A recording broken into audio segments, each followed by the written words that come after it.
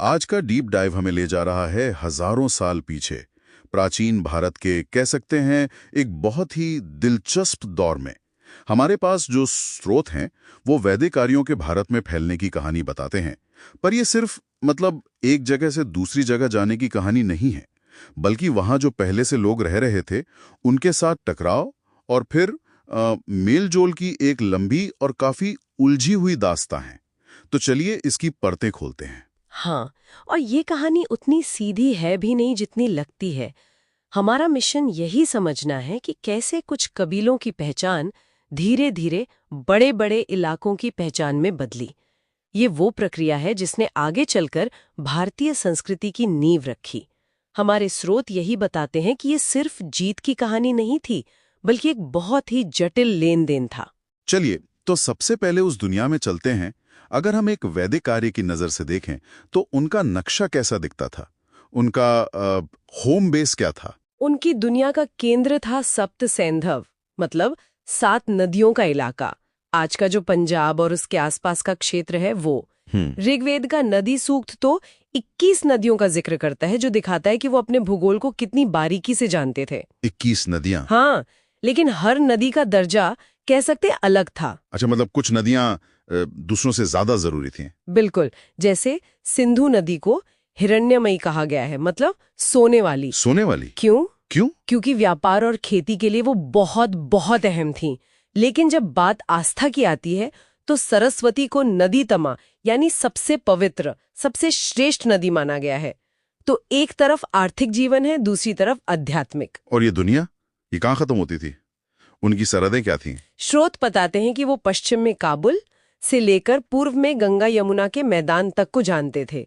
लेकिन एक बात मुझे हमेशा हैरान करती है, ऋग्वेद में गंगा का जिक्र सिर्फ एक बार है और यमुना का 3 बार। हाँ, बस। ये बिंदु बहुत दिलचस्प है।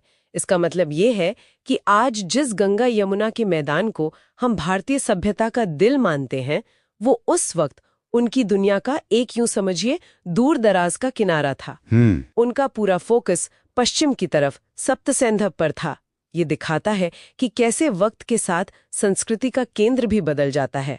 वैसे वो पहाड़ों को भी जानते थे, जैसे हिमालय की मुजवंत चोटी, जहां से उनका पसंदीदा पेय सोम आता था। तो ठीक है, उन्होंने अपनी दुनिया का नक्शा बना लिया, लेकिन जाहिर है कि वो इस इलाके में अकेले तो थे नहीं। तो जब ये लोग फैल रहे थे तो स्थानीय लोगों के साथ इनका रिश्ता कैसा था? क्या सब कुछ शांति से हुआ? नहीं, शांति से तो बिल्कुल नहीं हुआ। स्रोतों में स्थानीय निवासियों के लिए दस्यु जैसे शब्दों का इस्तेमाल हुआ है और उनके साथ लगातार संघर्ष का जिक्र मिलता है। यहाँ आर्यों को उनकी तकनीक ने बढ़त दिलाई। उनके पास घोड़ों से चलने वाले मजबूत रथ थे और शायद कांसे के बेहतर हथियार। और इन संघर्षों में सबसे बड़ा कौन सा था? मतलब कोई एक ऐसी लड़ाई जिसने सब कुछ बदल दिया हो? हाँ, वो थी दशराज युद्ध। 10 राजाओं की लड़ाई? बिल्कुल, 10 राजाओं की लड़ाई, जिसका जिक्र ऋग्वेद के 7वें मंडल में आता है। ये परुष्णी नदी, यानी आज की रावी नदी के किनारे लड़ी गई थी। एक तरफ भरत कबीले के राजा सुदास थे और दूसरी तरफ 10 राजाओं का एक गठबंधन। और नतीजा? सुदास की जीत हुई, और इस एक जीत ने उस पूरे इलाके में भरत कबीले का दबदबा वो कायम कर दिया। सोचिए, हजारों साल पहले एक नदी के किनारे एक लड़ाई हुई जिसने उत्तर पश्चिमी भारत का भविष्य तय कर दिया। तो क्या ये कहानी सिर्फ लड़ाई और वर्चस्व की ही है, या इस टकराव से कुछ नया भी निकल कर आया? यहीं पर कहानी एक बहुत जरूरी मोड़ लेती है। ये सिर्फ टकराव नहीं था, धीरे धीरे मेलजोल भी शुरू हुआ। अच्छा, इसका क्या सबूत है? सबसे बड़ा सबूत भाषा में मिलता है। ऋग्वेद के जो बाद के हिस्से हैं उनमें हमें मुंडा और द्रविड़ भाषाओं के शब्द मिलने लगते हैं, जो कि स्थानीय भाषाएं थी। इसका सीधा मतलब है कि लोग एक दूसरे से बात कर रहे थे, विचार और शब्द अपना रहे थे। मतलब एक तरह का सांस्कृतिक लेन देन भी चल रहा था। निश्चित रूप से आर्यों ने स्थानीय लोगों से खेती के नए तरीके और शायद मिट्टी के बर्तन बनाने जैसी कलाएं भी सीखीं। और इसी मेलजोल की प्रक्रिया में आर्य शब्द का मतलब भी बदल गया।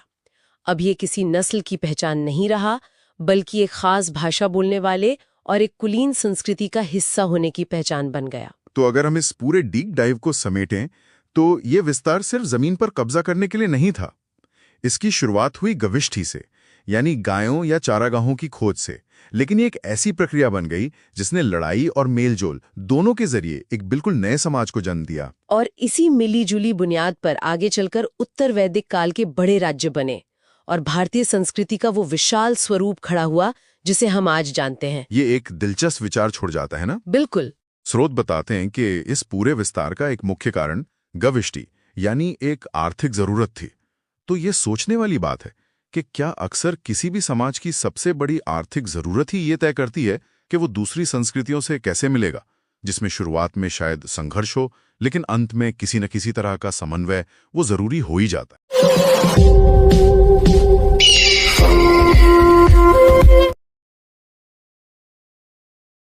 तो आज का डीप डाइव हमें ले जा रहा है हजारों साल पीछे, ऋग्वेदिक काल में। हमारे पास जो स्रोत हैं वो उस दौर की राजनीतिक व्यवस्था की एक बहुत ही दिलचस्प तस्वीर पेश करते हैं। बिल्कुल। और हमारा मिशन एक बड़ा सवाल सुलझाना है। क्या हम कह सकते हैं कि हजारों साल पहले भारत में एक तरह का लोकतंत्र मौजूद था? ये सवाल ही अपने आप में बहुत आकर्षक है ना? हाँ, क्योंकि जब हम राज्य की बात करते हैं तो हमारे दिमाग में एक नक्शा आता है, एक क्षेत्र। सही।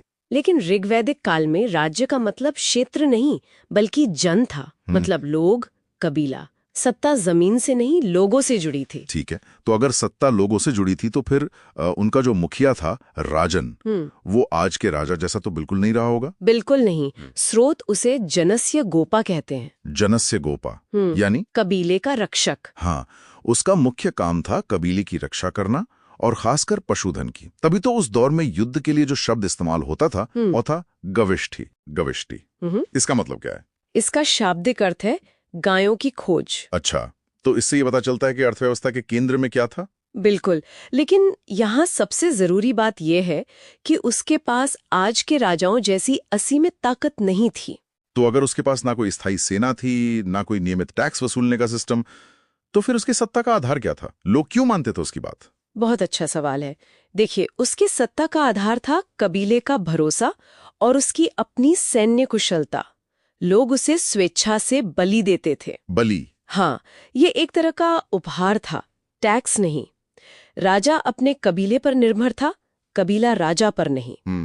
और दिलचस्प बात यह है कि यही बलि शब्द बाद में उत्तर वैदिक काल में एक अनिवार्य टैक्स बन गया। अच्छा, तो ये दिखाता है कि राजा की शक्ति कैसे धीरे धीरे बढ़ी। सही। मुझे जो बात सबसे ज्यादा हैरान कर रही है वो ये है कि राजा अपनी मनमानी नहीं कर सकता था, उस पर लगाम रखने के लिए पूरी की पूरी संस्थाएं थी। हाँ, और यहीं पर हमें उस दौर की राजनीतिक समझ की गहराई पता चलती है। कौन सी थी ये संस्थाएं? मुख्य रूप से 3 थीं।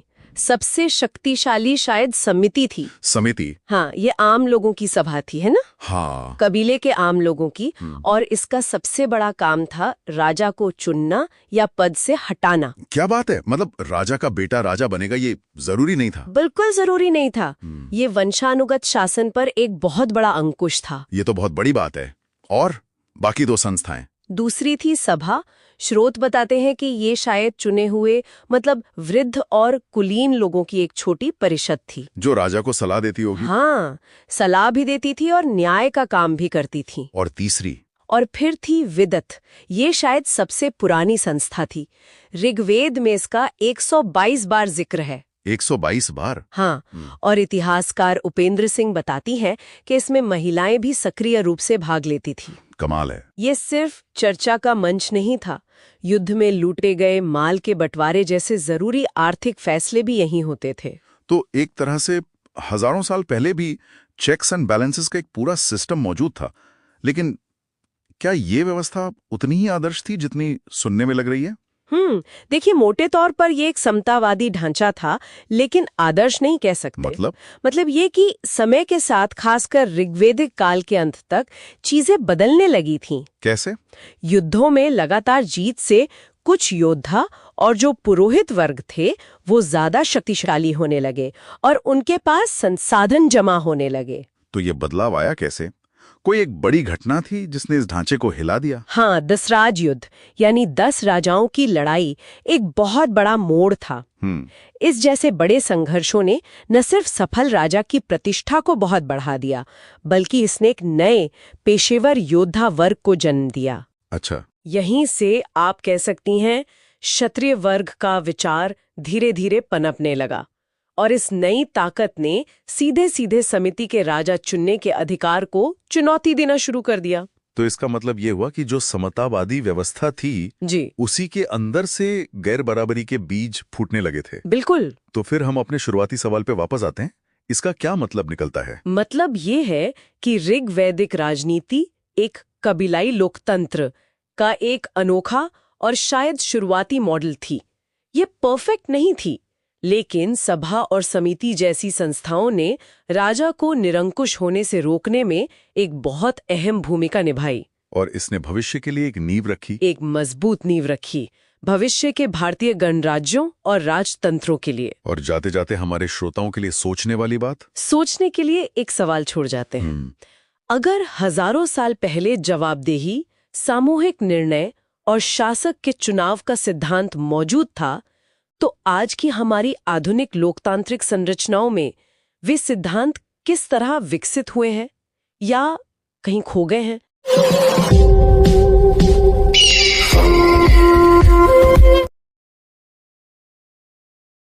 तो आज का डीप डाइव एक बहुत ही दिलचस्प सवाल से शुरू होता है। क्या कोई एक टेक्नोलॉजी किसी समाज को जड़ से बदल सकती है?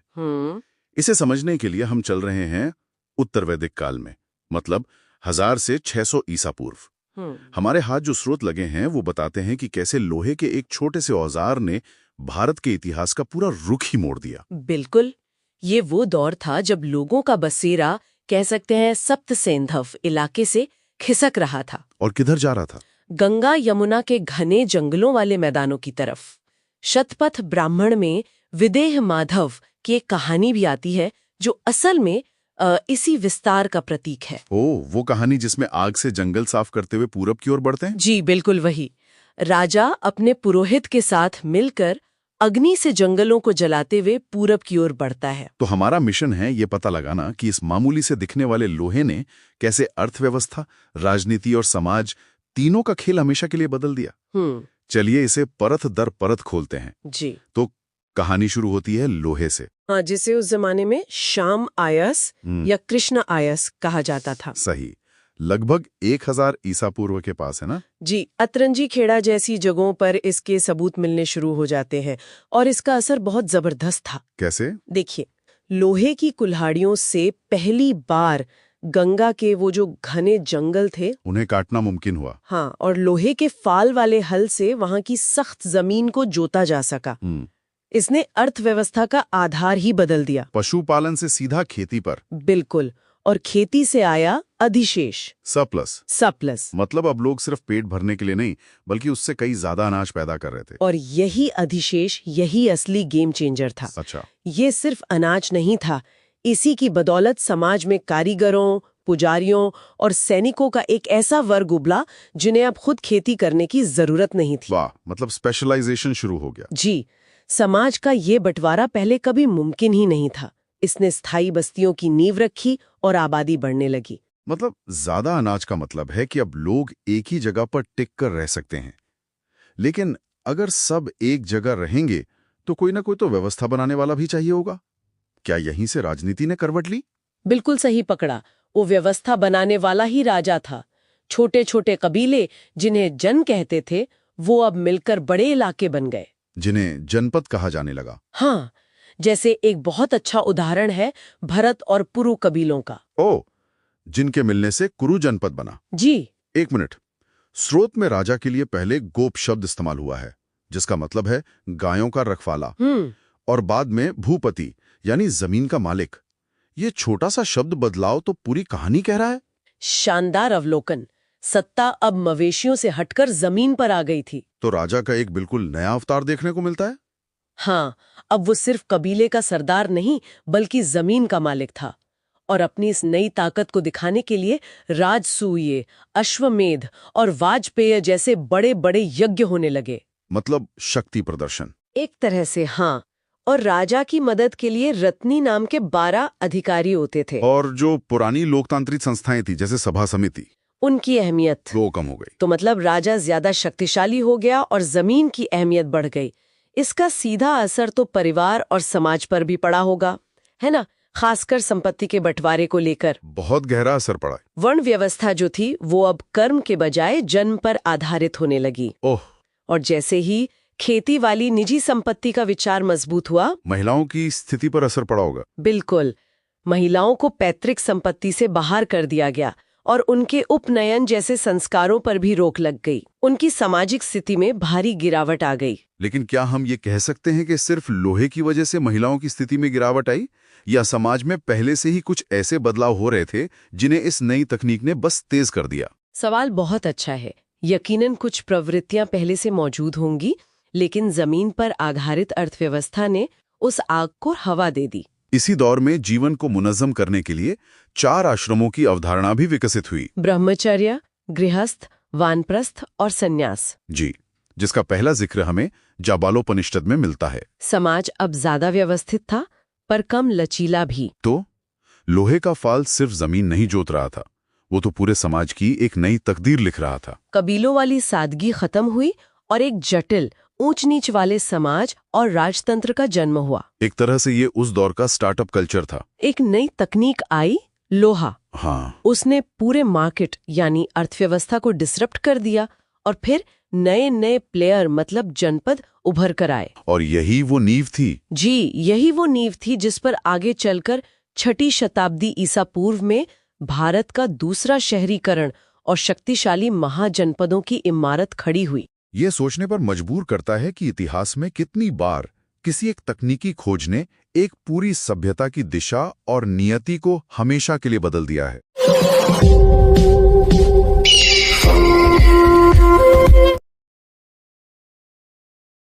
नमस्कार, आज का हमारा डीप डाइव वैदिक धर्म के विकास पर है। जी, और हमारे पास जो स्रोत है वो इस कह सकते हैं कि हजारों साल लंबी आध्यात्मिक यात्रा को समझने की कोशिश करता है। बिल्कुल, और ये समझने की कि इसमें इतने बड़े बदलाव वो क्यों और कैसे आए। हाँ, और हमारा मिशन यही समझना है कि कैसे प्रकृति की पूजा से शुरू हुआ एक बहुत ही सीधा साधा धर्म पहले तो बहुत जटिल कर्मकांडों में उलझा और फिर वहां से निकलकर एक गहरे दार्शनिक चिंतन में बदल गया। और यही सबसे दिलचस्प सवाल है। मतलब सोचिए, एक धर्म जो शुरू में संतान और पशु पाने पर केंद्रित था, बिल्कुल, भौतिक सुख सुविधाओं पर, हाँ, वो अचानक ब्रह्मांड के सबसे बड़े सवालों जैसे मैं कौन हूं या ब्रह्म क्या है, इसकी खोज में कैसे लग गया। चलिए इसी को समझते हैं। तो चलिए शुरू करते हैं पहले चरण से। ऋग्वेदिक काल, लगभग 1500 से 1000 ईसी पूर्व का समय।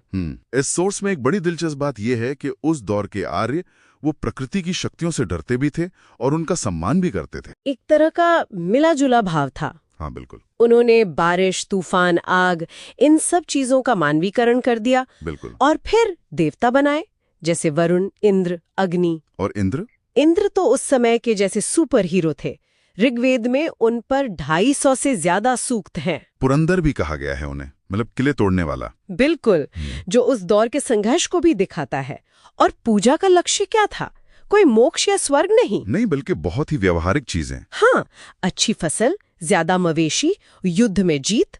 मतलब ये एक लेन देन जैसा रिश्ता था। आप देवताओं को खुश करें, वो आपकी जरूरतें पूरी करेंगे। तो फिर सवाल ये उठता है कि अगर धर्म इतना सीधा साधा और जीवन से जुड़ा था तो ये इतना जटिल और खर्चीला बना कैसे? बिल्कुल सही सवाल है।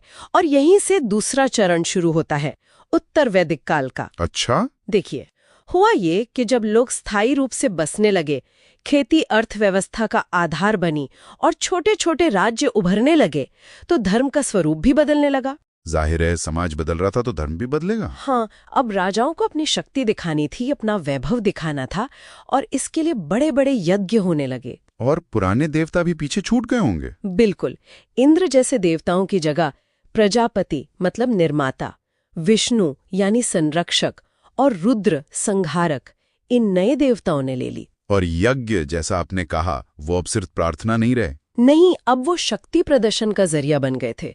राजसूय, अश्वमेध, ये बड़े बड़े यज्ञ होने लगे, जिनमें बहुत खर्चा भी होता होगा। बहुत ज्यादा। इनमें बड़े पैमाने पर पशु बलि होती थी, पुरोहितों को बड़ी बड़ी दक्षिणा मिलती थी।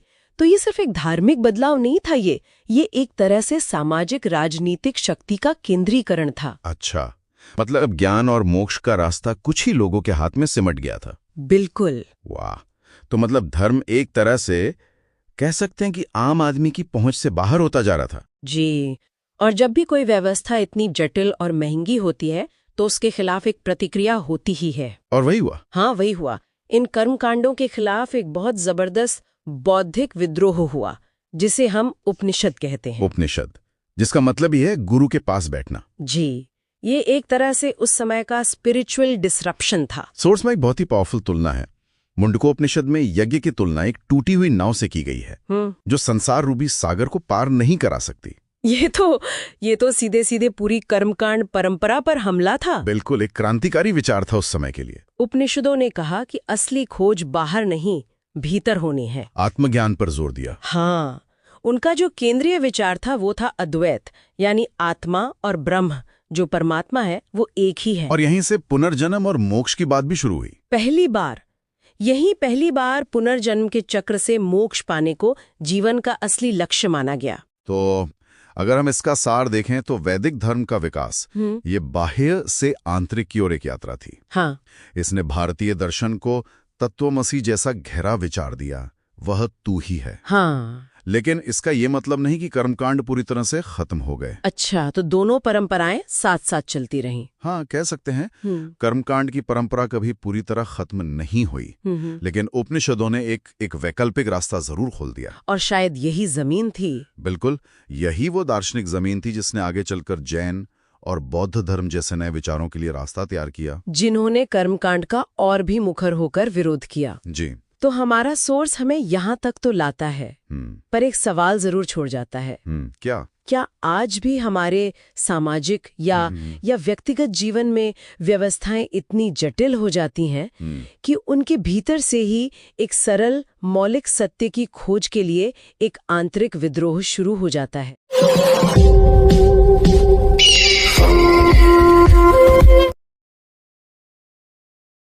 तो आज का जो डीप डाइव है वो हमें प्राचीन भारत के एक बहुत ही जरूरी सवाल पर ले जा रहा है। हमारे पास जो स्रोत है ना, वो वैदिक काल में स्त्रियों की स्थिति पर रोशनी डालते हैं, और इसमें एक बहुत ही हैरान करने वाली कहानी छुपी है। एक ऐसे समाज की कहानी जहां महिलाएं ज्ञान और राजनीति में बराबर की भागीदार थीं, और फिर कुछ ही सदियों में सब कुछ बदल गया।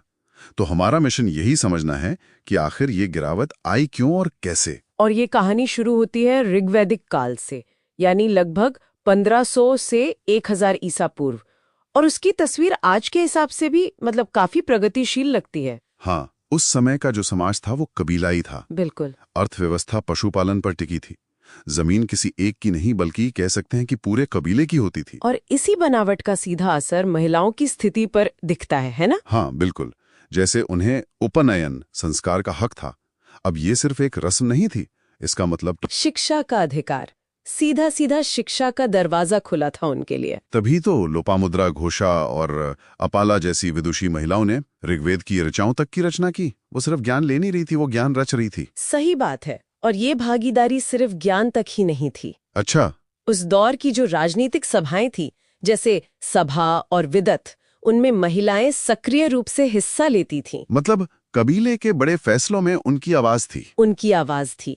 उन्हें अपना जीवन साथी चुनने से लेकर पुनर्विवाह तक की आजादी थी। वो समाज में एक बराबर की सदस्य थीं। तो ये तस्वीर तो मतलब एक सुनहरे दौर जैसी लगती है।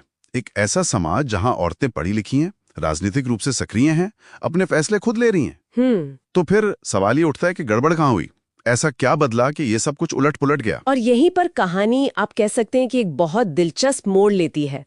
ये जो बदलाव है ना, इसकी जड़ किसी बड़ी लड़ाई या नई सोच में नहीं थी। तो फिर कहाँ थी? अर्थव्यवस्था में।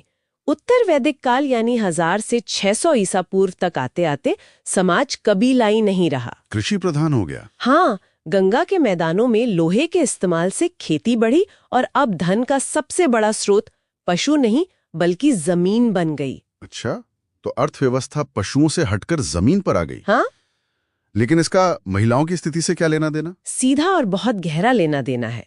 जब जमीन ही सब कुछ हो गई तो उस पर निजी मालिकाना हक का विचार मजबूत हुआ। ओके। और फिर ये जरूरी हो गया कि वो जमीन परिवार के नाम मतलब पुरुष वंश के साथी बनी रहे। ओहो, तो मतलब महिलाओं को संपत्ति के अधिकार से इसीलिए बाहर कर दिया गया ताकि शादी के बाद जमीन परिवार से बाहर ना चली जाए। बिल्कुल। आर्थिक बदलाव ने सीधे सीधे समाज की सोच बदल दी। और इसका असर तो भयानक रहा होगा। हमारे स्रोत क्या कहते हैं इस बारे में? स्रोत इस गिरावट की बहुत ही कड़वी तस्वीर दिखाते हैं। जिन महिलाओं को कभी वेदों की रचना का श्रेय दिया जाता था, उन्हें अब वेदाध्ययन के अयोग्य मान लिया गया। क्या? हाँ, और उनकी सामाजिक स्थिति शूद्रों के बराबर कर दी गई। मैत्रायणी संहिता में तो स्त्री को पासा और शराब के साथ गिना गया है। एक मिनट, क्या मतलब 3 मुख्य बुराइयों में से एक? हाँ, ये तो सिर्फ अधिकार छीनना नहीं हुआ, ये तो उनकी पहचान ही पूरी तरह से नकारात्मक बना देने जैसा है। और सिर्फ यही नहीं, ऐतेरीय ब्राह्मण तो और भी आगे जाता है। वो कहता है कि बेटी दुखों का स्रोत है, जबकि बेटा परिवार का रक्षक। ज्ञान की रचयिता से दुखों का स्रोत तक का सफर, ये वाकई चौंकाने वाला है। तो क्या हर महिला की स्थिति एक जैसी ही खराब हो गई थी, या कुछ अपवाद भी मिलते हैं हमें? ये बहुत अच्छा सवाल है। गिरावट एक समान नहीं थी। हमें कुछ अपवाद मिलते हैं जो दिखाते हैं कि ज्ञान की परंपरा पूरी तरह खत्म नहीं हुई थी। जैसे सबसे बड़ा उदाहरण बृहदारण्यक उपनिषद में मिलता है, जहां गार्गी नाम की एक विदुषी राजा जनक की सभा में उस युग के सबसे बड़े ज्ञानी याज्ञवल्क्य को चुनौती देती हैं। हाँ, मैंने सुना है इसके बारे में। वो ब्रह्म ज्ञान पर बहस करती हैं और ऐसे तीखे सवाल पूछती हैं कि याज्ञवल्क्य को आखिर में उन्हें चुप कराना पड़ता है। तो गार्गी जैसी महिलाएं थीं, लेकिन ये समझना जरूरी है कि गार्गी एक अपवाद थी, नियम नहीं। वो शायद किसी ऊंचे कुल से थीं, जहां शिक्षा की परंपरा बची हुई थी। आम महिलाओं के लिए हालात बहुत बदल चुके थे। तो अगर हम इस पूरे डीप डाइव को समेटें तो सार क्या निकलता है? हम एक ऐसी यात्रा देख रहे हैं जहां ऋग्वैदिक काल की सहभागिनी, हाँ, या अर्धांगिनी, वो उत्तर वैदिक काल तक आते आते काफी हद तक एक अधीनस्थ इकाई बन गए। एकदम सही।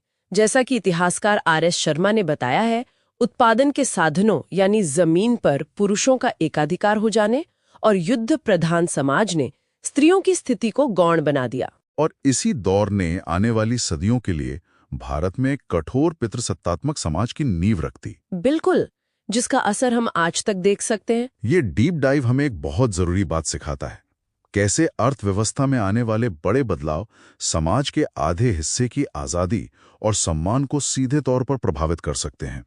और ये हमें आज के बारे में सोचने पर मजबूर करता है। आज के दौर में जो इतने तेज आर्थिक और तकनीकी परिवर्तन हो रहे हैं, वो भविष्य के सामाजिक रिश्तों और लैंगिक भूमिकाओं को किस तरह से आकार दे रहे होंगे।